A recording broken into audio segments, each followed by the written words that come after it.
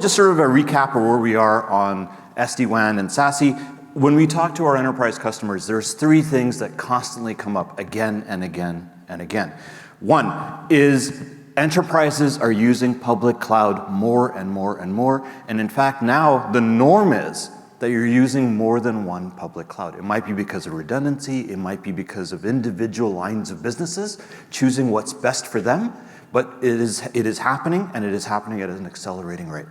Number two, and coming out of COVID, I think everybody's very familiar with this, the hybrid workforce, people working remotely more and more on travel, but also working from home. And that is something that is here to stay, and it completely changes the security perimeter discussions and those types of things. And then finally, the amount of data that's being created has to be processed and has to be secured is increasingly outside of the physical sort of boundary of the enterprise. It's sitting somewhere else.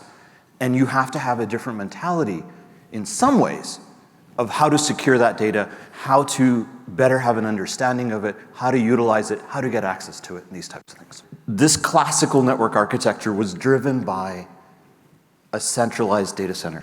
And what's happened over the period of time is like, okay, now you need to protect this data center, and you put your stack of security appliances in front of that data center environment. Now, as time has progressed, those applications and the gravity of that data has actually moved outside. It's moved over to SaaS applications, it's moved over to the public cloud, and what that's done is also changed the network architecture. And this is where we started with SD-WAN. We can optimize connections to SaaS applications, we can optimize connections, accelerate, and make better the user experience to IaaS environments like AWS and the like.